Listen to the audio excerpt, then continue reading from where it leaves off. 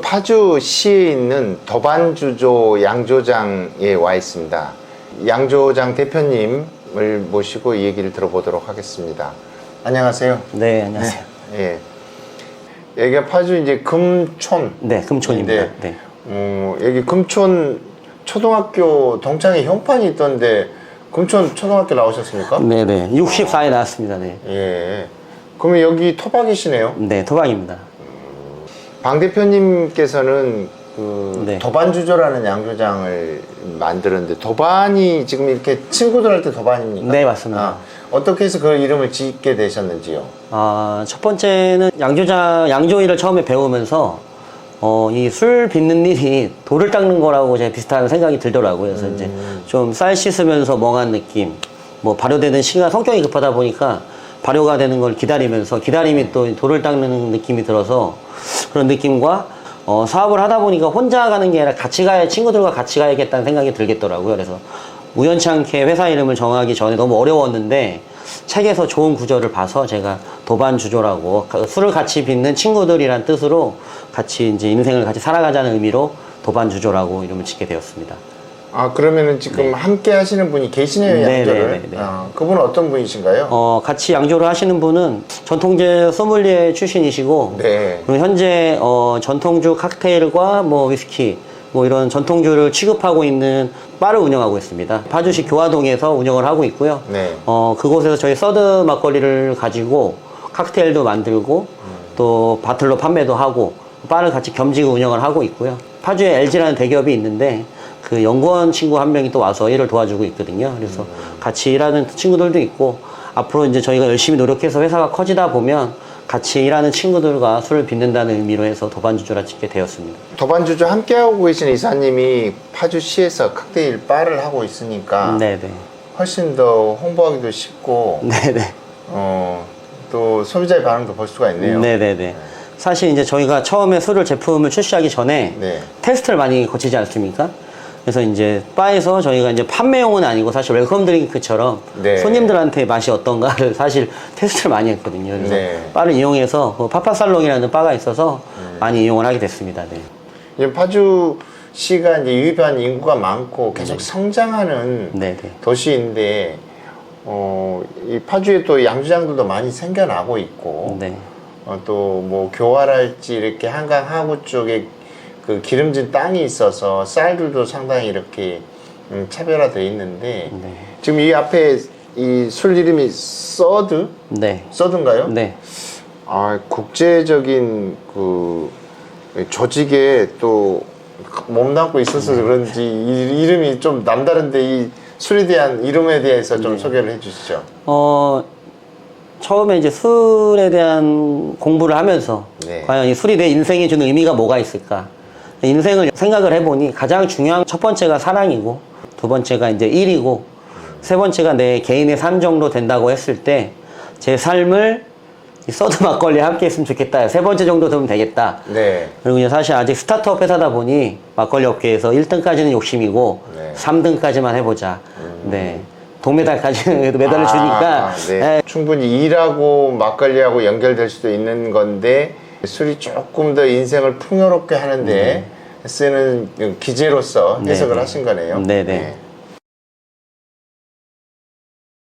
저희는 내추럴 와인처럼 내추럴 막걸리라고 저희 추구하고 있습니다. 감미료가 일체 들어가지 않고요. 물하고 누룩하고 쌀만 들어가는 이양주 공법으로 술을 만들고 있고요. 밑술은 맵쌀로 하고요. 덧술은 찹쌀로 합니다. 파주 쌀이 기름지고 좋거든요. 찹쌀 같은 경우. 그래서 저희 찹쌀 함유량이 다 50% 정도 되기 때문에 무감미료로서 과하지 않은 단맛과 과하지 않은 산미를 추구하고 있거든요. 병입하는 것 자체도 와인과 좀 비슷하게 해서 세계로 뻗어나갔을 경우에 좀 더 쉽게 외국인들이 접하면 좋지 않겠냐라는 생각에 그냥 간단하게 사실은 디자인을 했습니다. 내추럴 와인처럼 오픈을 하고 약간 좀 에어레이션을 해주면 향과 맛이 좀 깊어지는 경향이 있습니다. 그래서 막걸리 초급자분들보다는 막걸리를 좋아하시는 중상급자분들, 무감미료 좋아하시는 분들이 많이 찾아주고 계시고요.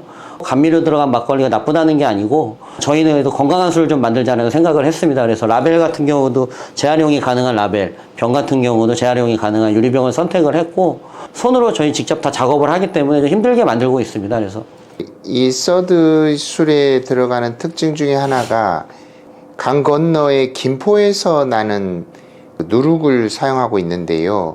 특별히 그 누룩에 대해서 특징에 대해서 설명해 줄 수 있는지요? 처음에 술 공부하면서 여러 가지 발효제를 사용해 보긴 했는데 제 입맛에는 흑국이라든지 뭐 다른 부재료들 발효제들보다 누룩이 가장 저한테 입맛에 맞더라고요. 그래서 어떠한 누룩을 쓸까 하다가 우연치 않은 기회에 김포에서 밀농사 지시는 분을 알게 됐습니다. 그래서 누룩을 직접 받아가지고 그렇게 쓰게 됐습니다. 아무래도 국내산이고 또 바로 김포하고 파주 바로 붙어있기 때문에 저희 지역 특산주이기 때문에 꼭 쌀만 저희 거 쓰는 게 아니라 김포 것도 이용해주면 좋을 것 같아서 계약한 누룩을 써서 술을 빚고 있습니다. 사용하고 있는 쌀에 대한 소개도 잠깐 해주시면요. 네, 저희는 파주쌀 한수위를 사용하고 있습니다. 한수위 같은 경우는 맵쌀이고요.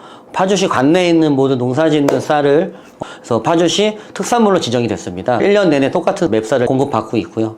찹쌀 같은 경우는 파주의 금촌농협이라는 곳에서만 찹쌀을 생산하고 있습니다. 수매로. 그래서 찹쌀을 사용하고 있고요. 두 가지 쌀을 사용하고 있습니다. 그 사단법인 한국청년회의소의 기획조정실장님을 맡고 계시기도 한데요.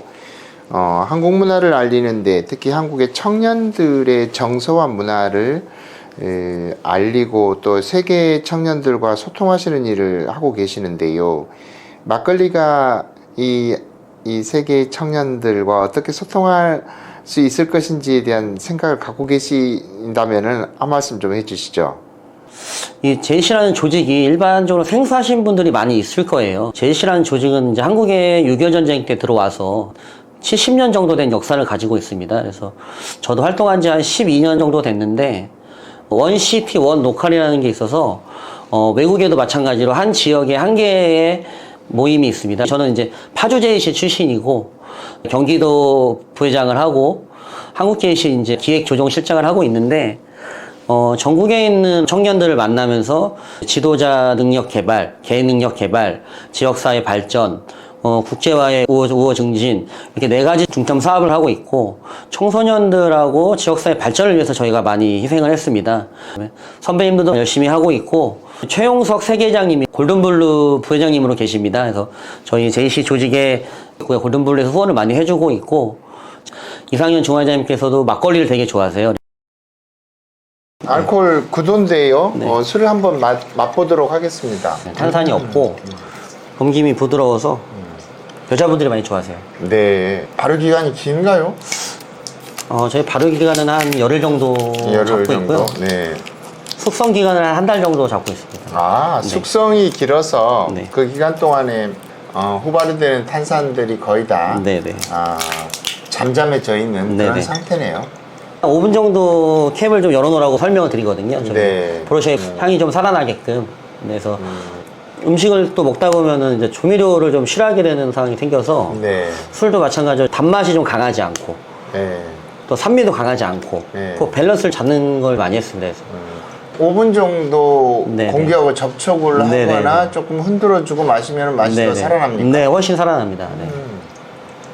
곡물 향 속에 약간의 구수한 너트 향이 좀 따라오는 것 같아요. 잡스러운 향이나 또 부담스러운 그런 향들은 거의 올라오지는 않아요. 그러니까 누룩을 썼을 때 좀 콤콤할 수도 있고 또 흙내 같은 게 따라올 수도 있는데 그러지는 않은 것 같아요.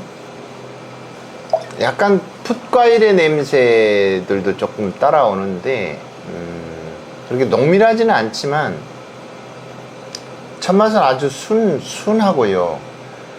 싱겁지는 않아요. 좀 두툼하게 따라오는 맛들이 지금 제 옆에 방 대표님 계시지만 조금 그 야성미가 넘치는 네. 분이긴 한데 이 술은 대단히 그 부드럽고 순하고 좀 여성적이다 이런 느낌들까지 들려고 하는데 알코올이 9도이지만 그렇게 격하지는 않아요. 지금 막걸리 알코올 도수가 6도고 금정산성 막걸리가 8도고 대체적으로 프리미엄 막걸리들이 12도를 향해 가고 있는데 9도 정도면은 일반 막걸리보다는 조금 더 센데 그렇다고 해서 이 술이 뭐 타격감이 있거나 그러지는 않아요. 네, 맞습니다. 곡물의 단맛이 달달하고 느껴지지는 않고요. 콩물, 요구르트 이런 것들이 좀 섞여 있으면서 단맛이 조금 무게감이 느껴지고요. 신맛이 전혀 없지는 않아요. 그렇지만은 신맛이 약간 끝을 붙잡고 있는 듯한 절대 자극적이지 않는 그런 신맛이 이 뒤에 살짝 그림자처럼 드리워져 있네요. 그래서 편하게 얘기를 나누면서 그 맛볼 수 있는 술이다 이런 생각이 듭니다. 뭐 논두렁을 걷고 있는 것 같아요. 구수하고 따뜻하고 포근하고 편안한 느낌들을 이 술에서 좀 느낄 수 있는 것 같아요. 그래서 처음 만드는 술들이 대단히 그 조심스러울 텐데, 네네. 그 조심스러워하는 그 것들이 역력하게 좀 느껴지기는 해요. 그래서 네네. 원하지 않고, 네네네. 새로 출시하는 술들이 이제 부재료 같은 걸 넣어서 좀 더 개성 있고 강렬하게 데뷔를 하고 싶어 하는데 네. 그렇게 강렬한 데뷔를 기획하지는 않았던가 봐요. 네, 맞습니다. 예. 정확하게 말씀해 주셨습니다. 뭔가의 타격감이 있거나 예. 뭔가의 특징이 있는 술들은 예. 일반 소비자들한테 약간 조금 강하게 느껴지다 보니까 예. 이 맛에 대해서 집중하게 되는데 저는 그래도 술꾼이다 보니까 그 막걸리 기본에 집중을 하게 되더라고요, 보니까. 네. 왜냐면 워낙 술을 잘 마시는 분들이 많다 보니까 부재료의 사용에 대해서 잘해주시는 분들이 너무 많아서 제가 하는 방향은 내가 좋아하는 술을 만들자가 첫 번째였거든요. 내가 좋아하는 술은 뭐지라고 생각했을 때 크게 달지도 않고 크게 시지도 않고 적당한 밸런스를 맞추는 게 가장 좋다고 생각이 들어서 자두 살구 쪽에 산미가 살짝 올라옵니다. 과일 향이. 네네. 네, 산미가 멜론 올라오고. 쪽보다는 뭐 자두나 살구 쪽에 대한 향이 살짝 올라오거든요. 네. 그래서 아까 술은 만드는 사람과 좀 비슷하다고 말씀하셨잖아요. 제가 이제 그 외형은 좀 거칠지만 속이 되게 여려가지고 그렇습니까? 오늘도 꽃무늬 옷을 제가 일부러 아, 했는데 예. 저는 이게 이제 부드러운 사실 남자라는 거죠? 네, 맞습니다. 예. 그래서 한 병을 거의 다 비웠을 때 네. 이 술에 대해서 좀 느끼셨으면 하는 바가 있어요. 사람의 겉모습만 보고, 그러니까 이 사람을 알기 전까지 좀 대화를 나눠보고 경험해보면 이 사람에 대해서 알듯이 술도 한 모금 두 모금 먹고 평가하기보다 한 병을 다 비워내고 났을 때 이 술에 대한 거, 다 평양냉면처럼 먹었을 때 느낌은 모르지만 나중에 생각나는 좋아하는 맛이 생기는 것처럼 네. 시간이 지나면 좋아하시더라고요. 네.